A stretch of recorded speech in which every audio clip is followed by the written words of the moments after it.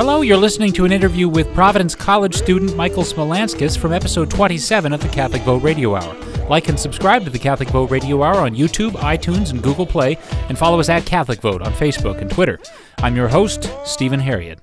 And now I'm joined by Michael Smalanskas. He is a resident assistant and a student at Providence College in Rhode Island.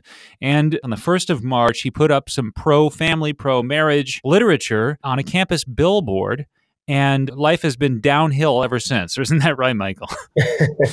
That's putting it mildly. Well, first of all, thank you very much for coming on the show. Thank you so much for having me. Well, I'm grateful not only for you coming onto the show, but for your initial courage in simply affirming church teaching on the nature of marriage and on human nature, ultimately. You put up some literature on a billboard that was very innocuous and that in a mild, straightforward manner stated that it is God's intention that marriage is between a man and a woman, and you included some quotations from Scripture, correct? Correct. And, even a quote from the Holy Father about the right of children to grow up with a mother and a father. I mean, it was very tame. It was very straightforward. It was not aggressive in any way. Right. And what happens ever since? Well, when the poster first goes up, I start getting harassing text messages. Now, I'm an employee of the college because of my resident assistant status. So these are coworkers harassing me with text, showing up in my building. The first night, I had to sleep in a different building for my safety, getting all sorts of hate mail. For a stretch there, it's gotten a little bit better since, but I would walk across campus and you could see people pointing. There's that awful guy over there. He's the one who put up those discriminatory and bigoted things on the wall. Right. Well, and what you put up on the wall was, this is really infuriating to me because there's been a lot of chatter about inclusiveness and being charitable and not being offensive. And one of the people who is against your initial poster, there was a lot of vandalism of your posters. But one of the things that they did to deface it was to put up their own poster that said, everyone is welcome at Providence. Well, give me a break. Michael's not welcome. That's what I've been saying all along, is it's okay to put up politics or those sorts of things if it's their politics, and it's okay to harass and vilify and demonize so long as you're demonizing the unpopular opinion, which is the Catholic opinion. That's okay here. Right. It's very sad, but it reminds me a lot of typical sort of left-wing propaganda and activism over the last half century or more. No, I'm not anti-American. I'm just against any kind of bold assertion of anything that is uniquely American. And I think that what's really important is that the views of people who are anti-American be taken very seriously and any sort of patriotism be scoffed at. But no, I'm not anti-American. There's a big parallel with a similar thing going on within the church.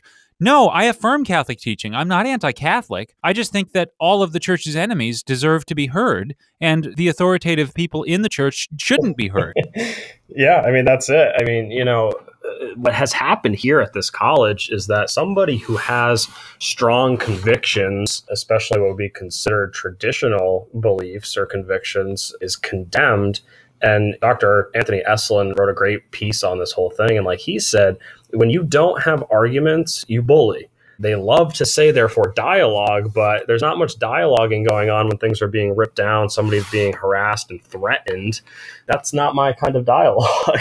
Well, okay, and we got to get to the meat of this a little bit, and I won't be too explicit, but some of the harassment against you has been absolutely obscene and borderline violent. And I will just say, without too much description, one thing that happened was that somebody drew a very sexually explicit drawing of you being raped by a homosexual, which in most ordinary workplace environments would be considered a threat and would be acted on really, really strongly, I would think. It's a threat of rape is how it would normally be taken, I think. I totally agree. That's what many of us on our side of things have said all along, that if this had been a female or a minority, it would have been treated very differently. But because I'm a white Catholic male, for some reason, they've treated it so casually. And actually, the college, in certain circumstances, has given students opportunities to harass me. There was a meeting that was held of all my coworkers to address this issue, and it was open season for them to attack me, and that was provided by the college. Yeah, tell me about these meetings, because you've had a couple of meetings with administrators and coworkers. How did those go? Give us the skinny on that. They've all been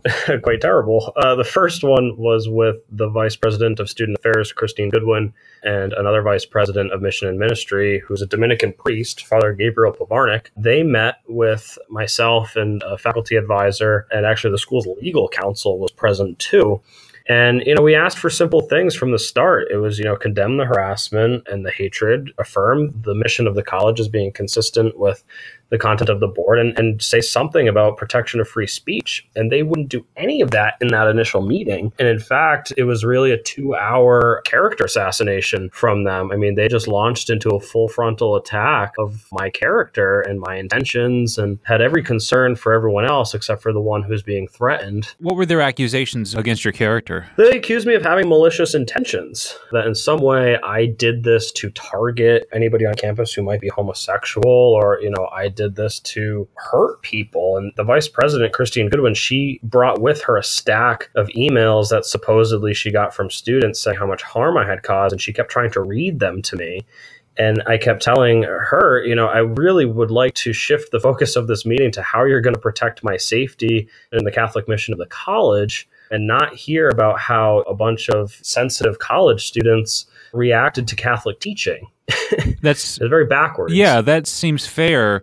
In fact, though, the kind of talk you're giving me right now is the kind of talk that does get you into trouble in progressive circles. Really, your offense is refusing to misuse language. You're refusing to misuse words. You're refusing to lie. It's not even a matter of you shouldn't say this or you shouldn't say that. It's you must say this and you must say that. It is compelled speech. It's actually what has made Jordan Peterson famous. Jordan Peterson, the professor in Canada, who, by the way, is not even particularly conservative. It's just that he refuses to be compelled to say certain things about sexual progressivism. One of the best, I think, headlines from the write-ups about this was in New Boston Post. It said, college students triggered by bulletin board. And that is the whole thing. Let's not forget that this is just a bulletin board on Catholic teaching on a Catholic campus, and it causes a national storm. I mean, there was a protest held against the board on Friday. I mean, real serious things. Well, okay, so let me just read some of the words that you put up. This is very innocuous. I'll include an image of it. On the left side of the bulletin board, you had just the text marriage. You had an image of a man and a woman, an attractive man and woman at the altar dressed for a wedding. You had another image of a couple embracing and kissing, and it says traditional marriage. God ordained it, nature reveals it, science affirms it. There's a quotation, I'm assuming, from scripture there. Another was marriage should be reinforced, not redefined. You wrote one man, one woman. You wrote the way God intended it. And you wrote, with a picture of Pope Francis, a quote from him: we must reaffirm the right of children to grow up in a family with a father and a mother. If you wanted to be provocative and malicious and harm people, I could think of a few ways you could, but you didn't. That is the most innocuous set of texts. You're on a Catholic campus saying things that are middle ground Catholic, not traditionalist Catholic even, just basically Catholic. Exactly. And that's the whole point, is that it was never intended, like they're accusing me of targeting people. I mean, it doesn't even say anything about sin, or not even a negative statement on there, like you shouldn't do this. It's just a positive affirmation of what the nature of marriage is. It's just unbelievable to me that what's going on now is one person on a Catholic campus affirms Catholic teaching. In response, people congregate outside his door in a menacing enough fashion that campus police felt compelled to escort you to an undisclosed location for your personal safety. You've had a threat of anal rape against you. And the reaction on the part of your president of the college has been, first and foremost, to express how peevish he feels about conservative Catholics. The latest letter he issued, first and foremost, says, I am sick and tired of being accused. My office has been barraged with these very angry and uncharitable messages and so forth. And then in the fourth paragraph, he gets around to saying, oh, by the way, it's not okay to be mean to each other. And even there, he barely mentions the cartoon in question where you were depicted as being raped. That's pretty offensive. Yeah, I mean, his email today confirmed the suspicions that I, and I think some others had, which is that he never would have come out with a further statement like he did today if it hadn't been for all of the negative publicity and the phone calls from concerned Catholics. Everybody who called and wrote to his office ought to be offended by his line in there that says they were angry, accusatory, and ironically uncharitable.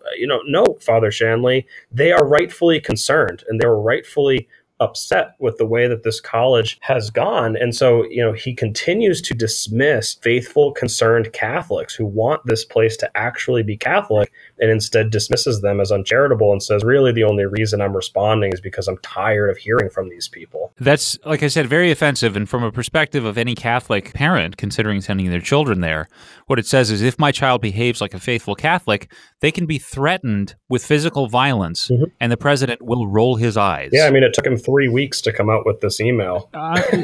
It's unbelievable. And meanwhile, okay, this is something I really want to highlight and get your take on, Michael. The local ordinary who has direct authority over Father Brian Shanley, the president of Providence College, he wrote you a letter personally, and he congratulated you, sided with you quite plainly. And among other things, he expressed his concern that Providence College is now at a crossroads and must choose whether to continue down the path of political correctness or to reaffirm its Catholic identity. In Father Shanley's letter, which came out 5 days after you got and published that letter from Bishop Tobin, Father Shanley specifically puts political correctness in quotations and dismisses the claims of, quote-unquote, some who have said that they are choosing political correctness over faithfulness to Catholic teaching. Doesn't that strike you as a direct slight against his own bishop? Yeah, that first paragraph was a slight against so many of us, and it was Bishop Tobin who devoted a lengthy paragraph in his letter to talking about how Providence College was at a crossroads and ought not to succumb to political correctness like so many of our Catholic schools. And so, like you say, for him to dismiss and put in quotations as if political correctness isn't a threat, as the bishop said, I think is concerning. I mean, he also calls out the media, and he calls it conservative media. In some cases, that's true. In other cases, it was mainstream media, but in large part, it was Catholic media. And then he calls them liars. He said much of what has been reported is not accurate, disparaging parents who called, Catholic media who's reported, and his own bishop who brought up the issue of political correctness. He takes shots at everybody in that paragraph. It's not a good look. It's really not a good look, especially for the president. I mean, he's the president of a Catholic college. He's got complaints coming from really his natural base and constituency, which is faithful Catholics. And his reaction is as though he has stakeholders who are not Catholic and do not agree with Catholic teaching. That's what I read into it. Between the lines, he's saying, I have stakeholders whose opinions carry more weight, in my view, than yours. And I'm wondering who those stakeholders are and why they are being allowed to call the shots at a Catholic college as opposed to faithful Catholic parents and students. Right. Let's not forget this is also a business too. So large donors, perhaps, who want the college to move in a certain direction, I mean, they have his ear clearly more than faithful, concerned Catholics. Right. It's so ugly. But what you're doing, Michael, is extremely important. And I really am grateful to you because this is happening on college campuses across the country. It needs to be highlighted. Pressure needs to be put on these colleges. And if they can't conform to Catholic teaching, and if they rather prefer to conform to the world and the enemies of the church, they really need to be taken less seriously. They need to be left by the wayside by faithful Catholics. If you're not going to be Catholic, we're not going to donate to you. If any alumni are listening, you need to put pressure on or stop donating. This is really ugly. Precisely. Bishop Tobin, he had actually tweeted some support and also alluded to it in his letter to me, suggested that those students who don't even at least respect Catholic teaching, and same with faculty, there's plenty of other good options out there. And my initial reaction to his letter today has been that Father Shanley sounds tired of what he perceives to be a rigid church that's not equipped to handle these things, and that somehow inclusivity and diversity are opposed to Catholic teaching. He has 2,000 years of rich knowledge and teaching to handle modern issues, and instead he seems to want to actually affirm the behavior of LGBTQ people rather than draw them to a higher good. He sounds exhausted. With the church rather than invigorated by it, as many of us are. So, exactly. Yeah. All right. Well, thank you, Michael, very much for the work you've done. We're praying for you, and I hope this is resolved. You're going to graduate soon, and I'm sure you're going to go on to do great things. Where do you see yourself going next? I'm hoping to get involved in Catholic education. I'm a philosophy and theology major, and I want to teach. And, it's things like this that only make me want to get involved in Catholic education and make some real meaningful differences. All right. Godspeed to you. And I look forward to having you on again soon. I hope you become very famous and you become a regular guest. Oh, thanks for having me. I'd love to come back anytime. All right. God bless you. Thank you. Take care. Well, thanks for listening to this interview from episode 27 of the Catholic Vote Radio Hour. Again, you can like and subscribe to the Catholic Vote Radio Hour on YouTube, iTunes, and Google Play. I'm your host, Stephen Harriott. On your mind. Oh, yeah, baby.